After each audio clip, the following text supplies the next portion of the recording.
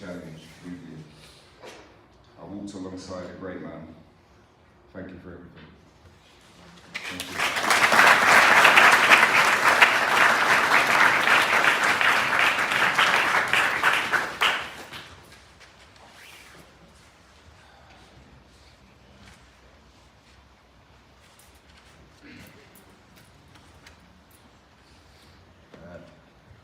Hi everyone.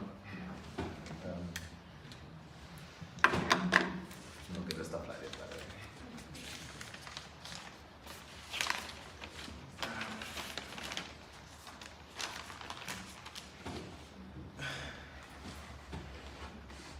Junior was a father, a grandfather, a son, a brother, an uncle, a friend, but above all, a pure man. This thing we call life is something every individual in this room is trying to figure out. The question we often ask ourselves is why? Why has this iconic man been taken from us? Why is life like this? However, we never receive a valid answer back. Junior taught me something. He taught me that all we can do with our time here is be pure people. There is good and bad in all of us, but that is okay. But most important, it's our intentions that matter most. Junior embraced you for who you are, no matter your background, race, religion, or beliefs, and made it his duty to understand why you are that way before then loving you for that. That's a good man. If we owe him anything, it's to carry these same qualities of us in all of our lives, regardless of what is thrown in our paths.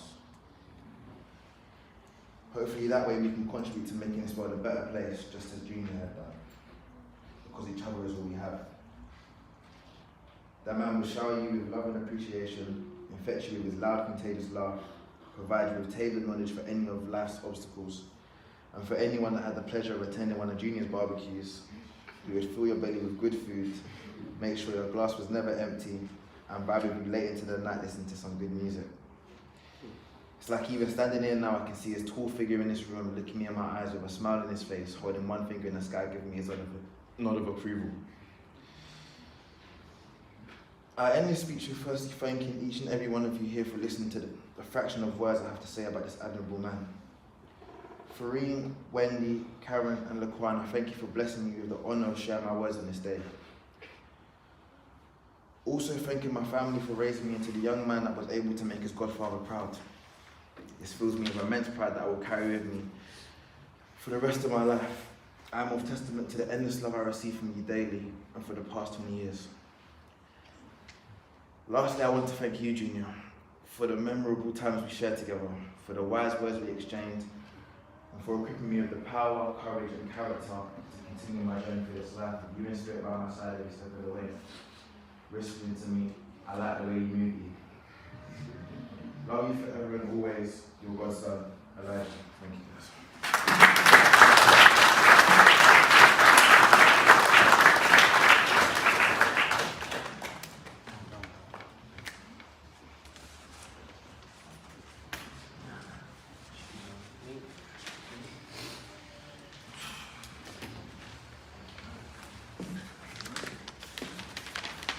Firstly, I want to thank everyone that's come. Bloody hell. What can I say about this man? To say Pops was an inspiration is an understatement. He taught me how to be a man. He taught me how to handle business. He taught me how to play chess at the age of 5. Which obviously showed me life lessons and how to maneuver and be 2 steps ahead.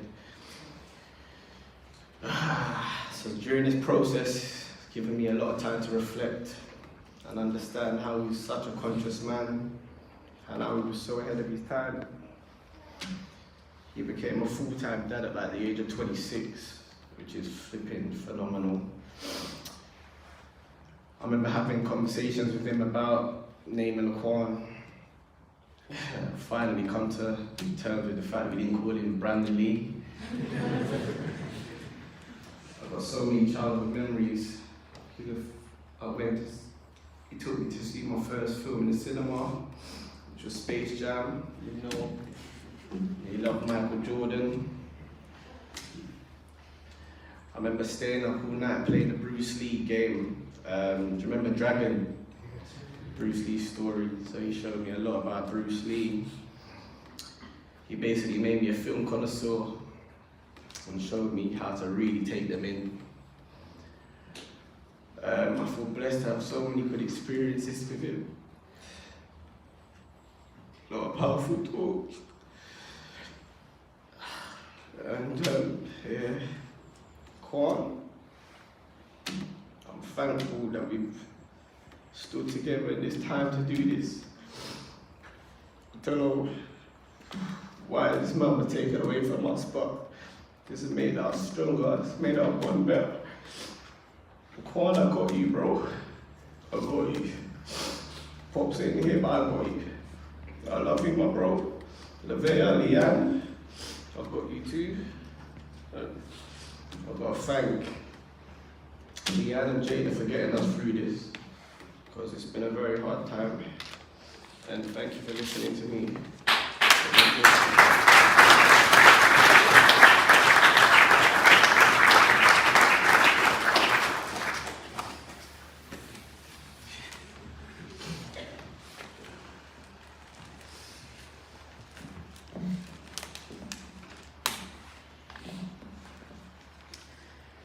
Hi everybody, it's me again.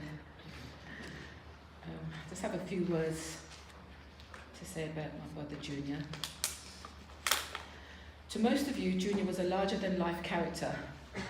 Just his very presence could light up a room. In any given situation, he could captivate an audience in a cinema, make those around him feel relaxed, and bring joy and laughter to any room. But to me, Junior was the mischievous and fun-loving brother. As his older sister, I spent most of my time trying to keep Junior out of trouble. From an early age, he was the apple of my parents' eye. He was definitely a mummy's boy. Only Junior could get away with blue murder, such as not doing his turn of the dishes, nor doing the dusting on a Saturday morning, or carrying more than one bag of shopping from the town.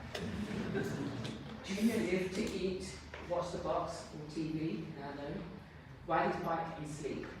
That was Junior's childhood.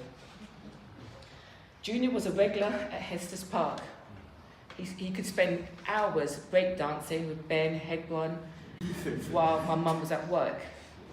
So countless times, I wrote Junior and I would be running towards the bottom of the park, but what really happened was I would drag Junior to the bottom of the park before my mum would come at the top end of the park, so she didn't see us, and obviously we'd get home before she knew where we'd been.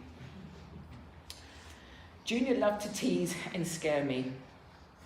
Once he laid in wait inside the airing cupboard, if you know what those are, in my bedroom, and when Therese and I came in, he crept out wearing an old man mask, the Halloween mask, the old man with the crazy hair, to try and scare both Therese and I. Obviously, I couldn't let this go unanswered.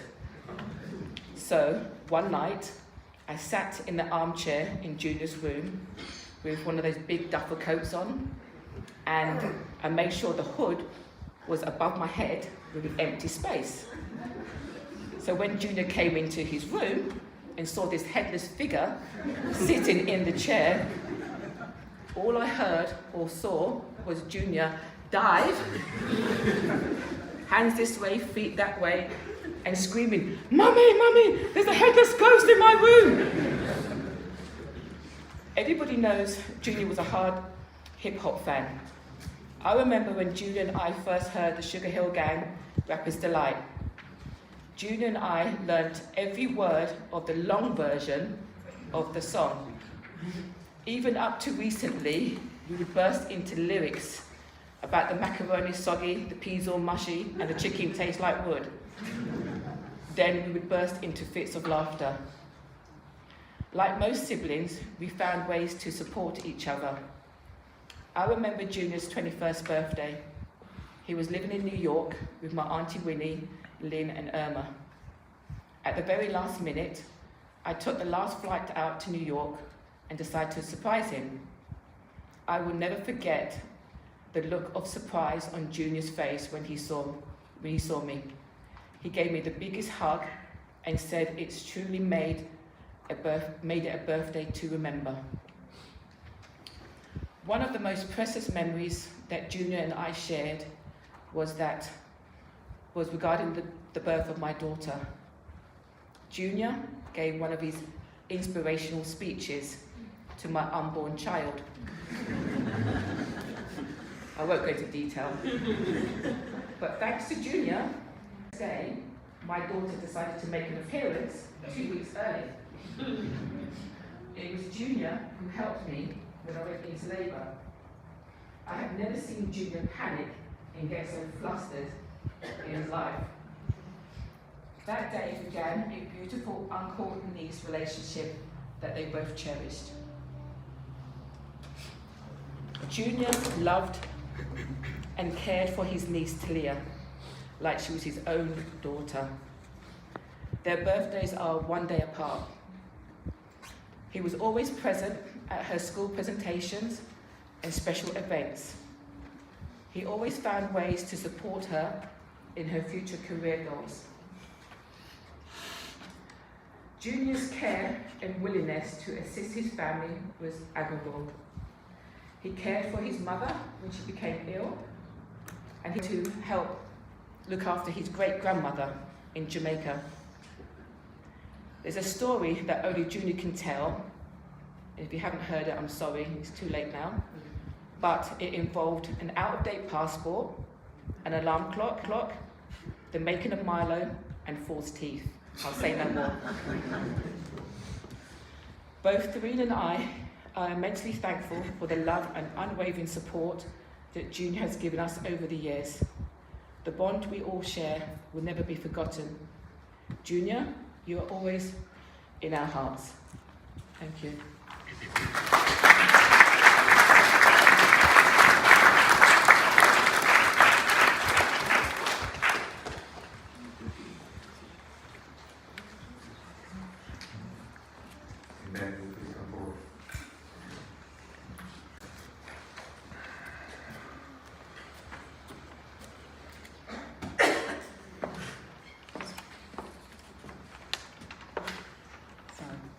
I'm reading this on behalf of Mr. Wilburn Foster Sr.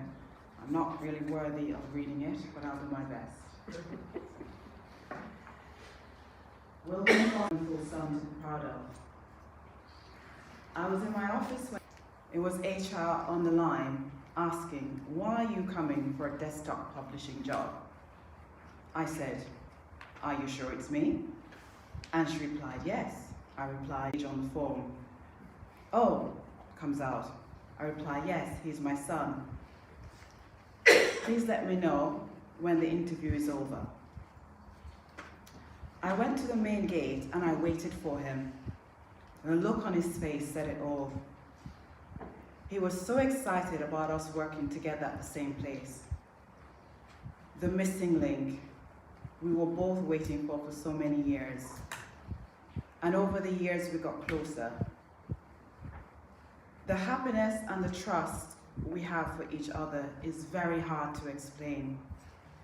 That close bond, father and son bond, we had it. The care we had for each other, our understanding for each other. His care and his consideration to his sisters, his brothers, and most of all, to his son, my son, Laquan, whom we both love dearly. Wilburn Foster was gifted, smart, a talented young man. He would listen, analyze what was said, and go on to explain what he believed would be the best way to proceed, and implement whatever it took to remove concerns or issues. We spent many nights talking to each other, discussing everything from the weather, wine, work, women, the world, and coming up with our own fix for how we thought we could put it right. Yes, we worked together, found our solutions. friends, family, you name it. As a result, our bond grew, and we understood the value of our father and our son relationship, appreciated our true values to each other, our partnership, our teamwork. Will Foster is a great loss to me, Wilburn Foster Sr., and it will take many years to get over the shock, the hurt, the discomfort, the pain that I am feeling at this present. On the 2nd of August 2021, he sent me a text, and I quote, "Our relationship over the years has been one of the amazing things in my life. You mean so much to me, Dad, and I appreciate all the love and guidance you have shown. Could not have had a better man. No truer words said. Thank you for everything. You are a rock of wisdom." Rock, he quoted in capital letters. "I look forward to sitting with you and learning more, 100%. Tears flowed from my eyes then, and now when I realize that's the last text I'll have from him. It is not easy to bring someone into the world and to see them off again. It's like being at the airport, waiting in the departure lounge for your flight to arrive. And when he contracted COVID-19, we were both waiting. Sadly, Wilburn Foster Jr.'s flight arrived before mine. Not what I was expecting, but he was off. This is a very difficult time for the family, and to accept one of the family geniuses has gone so soon. The family appreciates everyone that took the time out to see the departure of my son, Wilburn Foster, today. God blessing to everyone. Please be safe. One love. Thanks all for attending.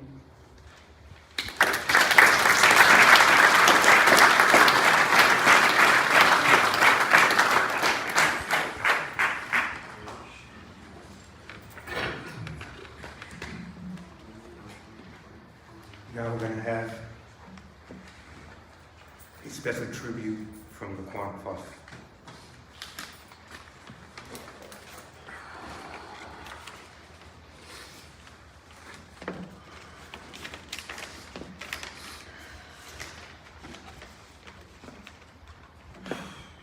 You guys might need to bear with me for a little bit. First of all, I just wanted to thank everybody for coming, and all of your thoughts and prayers over the past few weeks have, like, from the family and I, we're just entirely grateful. Like, seriously, it means so much to us all. My dad wasn't just a dad to me. He was Pops, the superhero, my best friend, a man I admired and wholeheartedly loved.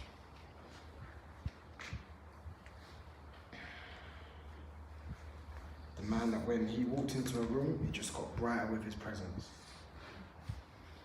A man that my whole life I've worked and aspired to emulate just so I could reach his level of greatness. Even down to my daughter, Lavea. I always knew from before I was even thinking about children that I wanted to become a parent, like in my mid-20s, and because that's what he did. 23 years old is young, but he made it right, so I knew that was the blueprint. So when I found out my daughter was coming, my dad was ecstatic. He spoke regularly about how him and his granddaughter's bond was going to be unbreakable, and I believed it because I already seen examples set, whether that was through Ashley, Talia, or myself. So I knew it would be Jack Thought alone just helped me get more excited because I knew this was a new chapter in our book. I think a lot of that excitement was that for 25 years it was just Pops and I, Junior and Quan. But what we both realised is that this would not be the case anymore. There would be a beautiful new addition, and we would get to watch and appreciate ourselves elevate into new positions, Pops becoming grandpops and Son becoming Pops. And it was the greatest thoughts for both of us. So when on the day of my daughter's birth, Pops got admitted to hospital, it was crazy to me. 'Cause as you can imagine, it was like the most conflicting of emotions. This because as the days went on, my daughter was growing stronger and stronger, and Dad just was going the opposite way, like weaker and weaker. It was truly the best and worst time of my life. It didn't feel real at all. Difficult part for me is I'm not great at talking through my emotions or feelings. I'm a guy that will live with these feelings, I'll acknowledge them, process them, and then move on. But when things are really bad, there's no man better at picking you up than Pops. He was just mad motivating. You'll be arguing with your own thoughts, and just like Morpheus, he'll come in and just talk you through your thoughts, and you're just good again, you know? So when he's in hospital now, and because of the circumstances, he's not around to talk me through what I'm dealing with, I'm just struggling so much. I'm questioning everything, questioning my faith, questioning like why this is happening, why I couldn't even get one memory of him and my daughter just holding her, you know? Then on the 29th of August, Dad passed away. Pops, my superhero's fight had come to an end. And what a mighty fight it was too. Every ounce of effort he had within his body and mind went into this battle. But unfortunately, it was not Allah's will. And it was only after this, maybe a week or so, that my mind took me back to a memory that Dad and I shared maybe 2 weeks before he fell unwell. And that was the time where he mentioned how proud he was of I and what I achieved at this time. And how he had been listening to an album from one of our favourite artists again. And there was a song on there called Like Father, Like Son. And he asked me to listen to it again, because now I'm expecting a child of my own. I might appreciate it and deep it in a different way. And it's the strangest of things, because he was a completely healthy man at this point. None of us saw what was coming around the corner. But in this song, there's a lyric that goes, they say every time somebody dies, another man is born.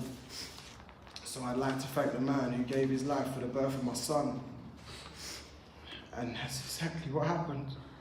It was almost as if it was prophecy. He gave his life for the birth of my daughter.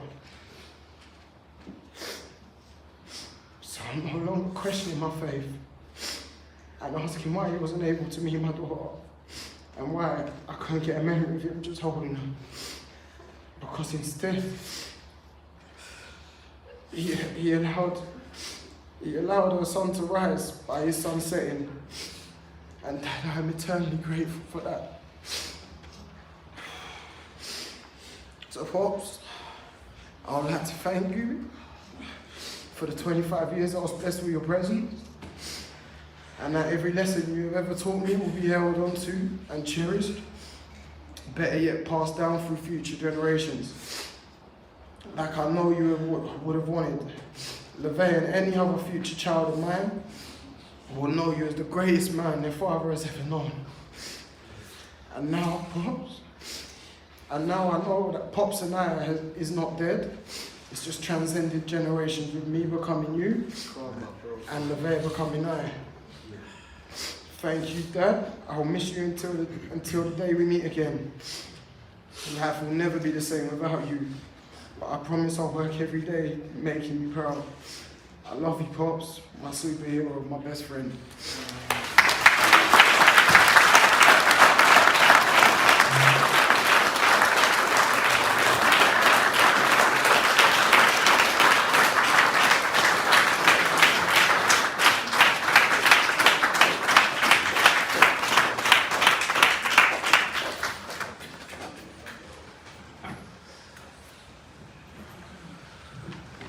To get through that speech,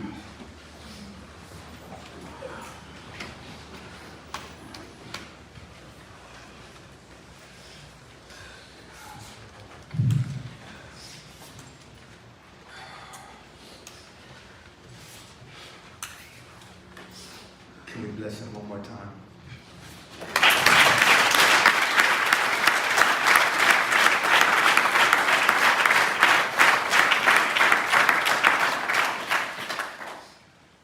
Now, those of you who are in the chapel, if you can, and those of you who can see from outside, I want you to pay attention to the screens. We're going to have a tribute video, the celebration of life of Junior. Yo, let's do this.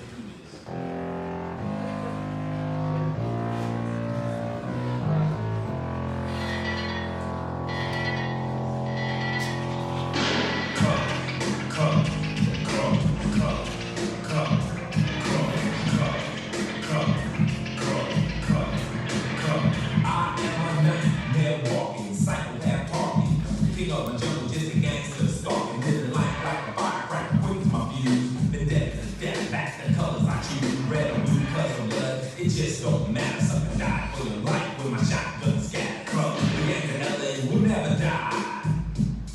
Just multiply, come, come, come, come, come, come, come,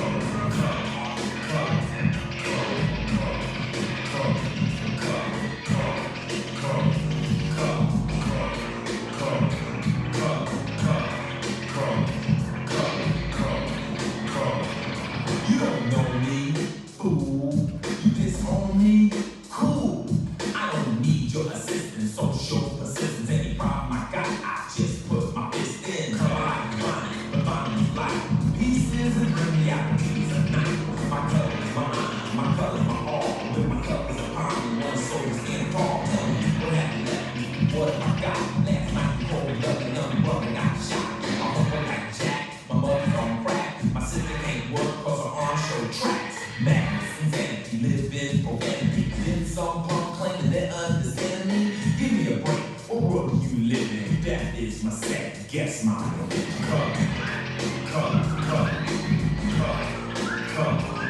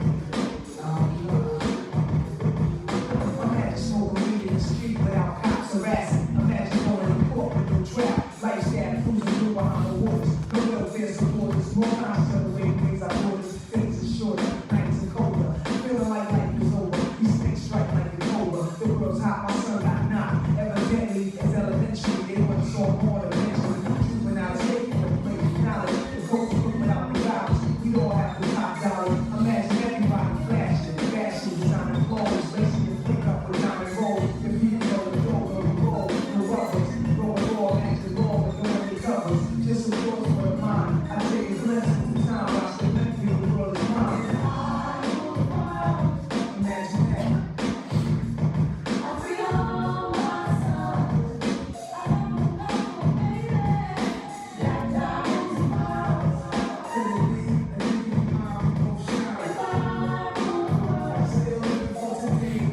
Last days until there's paradise like blacks and black Latino and Anglo-Saxon. And we laugh in the yellow tab. The villa house is what we control how we do. Streets for breakfast, diamond sexes and men stretches. So many years of depression make you vision the better living. Type of place to raise a kid.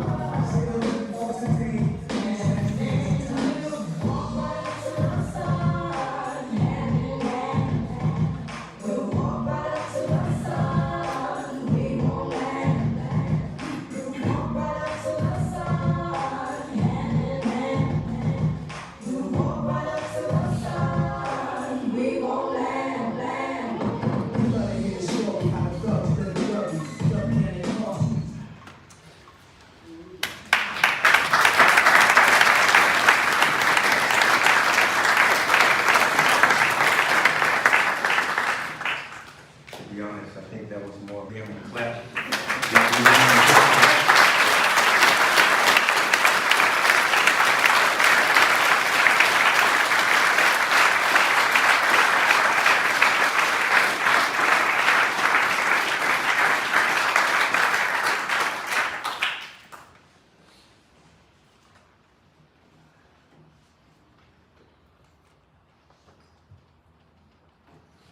I'm going to ask you guys to pray for me.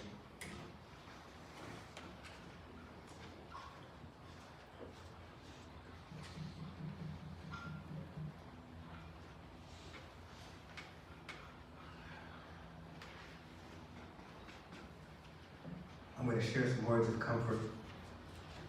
I'm sharing words to you as a wounded preacher.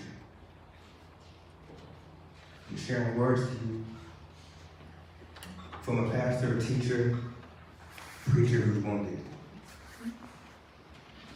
And so I never understood why my bishop and mentor would have to do something difficult or teach or preach something difficult and then say, if it seems like I'm all over the place, it's because I'm going to be all over the place. And so I just want you to bear with me as I share words of comfort.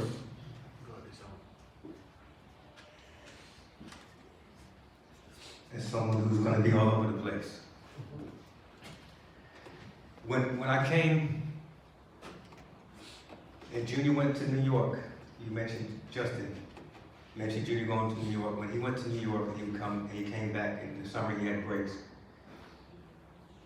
I learned about Space Jam and Michael Jordan, but I saw how an amazing artist he was. He literally sat at the kitchen table with a pen and drew one of the greatest Bob Marley pictures I've ever seen in my life. I didn't even know who Michael Jordan was until he came back in the summer and literally showed me all the moves he saw Michael Jordan do when he was in New York. And I just remember, no matter what I went through, no matter what I was experiencing, Junior was always there. I wasn't even old enough, like you were playing chess, teaching me how to play chess. I wasn't old enough to understand his consciousness. But over and over again, he didn't care. He wanted to speak life into you and motivate you and push you to be the best person you could ever be. That's the Junior that I know. That's the Junior that's always blessed me. That's the Junior that's always been with me. And I even heard in the speech today that he didn't care your background, your religious views. Junior just wanted to understand you. And I never forget how blessed I was, knowing my brother's background, knowing him with the nation, and him stepping foot when he came to California in my church. You don't understand how much that meant to me. For Junior to come in there and encourage me and push me, and he was just so grateful to be there. And so when I think about the life of Junior, I flew in from the U.S., and I get to Harlow, I get to go to Heathrow, and I'm traveling. I get to Harlow, and I still had some business I had to take care of for us to get to this big day. And honestly, I didn't know how big he was. I went to the cleaners, and everyone in the cleaners, when they found out that I was Junior's brother, they were in tears. In the cleaners. How many times have you walked in the cleaners and seen someone crying because they've been touched by somebody that was so great? To be honest with you, because of Junior, they turned my clothes around in less than 2 hours. That's the type of pull that Junior has, and how much respect and love he has. Then I'm minding my business at the fish and chips shop. You know, when you come to England, you have to have fish and chips. I just want to give you this for free. When you go to the States, America, United States, whatever you want to call it, when you go there, do not eat fish and chips. It has not yet been blessed by God. The biggest mistake I ever made in America was ordering fish and chips. And because everybody knew I was born in England and grew up in England, I had to act like it was good. Just for us here in England. And I go to the fish and chip shop, I'm walking, some lady hears my American accent. She just says, "Are you Junior's brother?" It marveled me that I couldn't go anywhere in Harlow without someone knowing who Junior was. And they didn't just know him by name. Everyone that was there had a story about how much he touched their life. The conversations, the love, how genuine, how understanding, how he always took time to listen and to hear and to bless. Junior was such a gift. You saw in the eulogy how he would pour out into the youth. We literally had conversations about stuff he was doing here with the youth, with Young Icons, stuff he wanted to do. Same thing over in the States, figuring out how we together could work and help build the black community, black men, black women from their youth to get out of trouble and to help them set out a whole other life. And I just remember Junior, it was amazing. I'm here in Harlow and I can't go anywhere without someone speaking well of Junior. And it reminded me, they're sitting here talking about Junior because he's gone, because he's passed. And it reminded me when the disciples were on the Emmaus Road. And when they were traveling on the Emmaus Road, they were having a conversation, and then a man comes up and says, "Have you not?" They said, "What are you guys discussing? What are you talking about? What's going on? What are you talking about?" And they looked. The disciples looked and said, "Have you not heard? Have you not heard what happened to Jesus of Nazareth? Have you not heard? How are you the only person in town that hasn't heard about what happened to Jesus?" And I felt like when I came to Harlow, it was like, have you not heard? Do you not know what has happened to Junior of Harlow? You couldn't go anywhere without someone knowing Junior and how he had blessed them.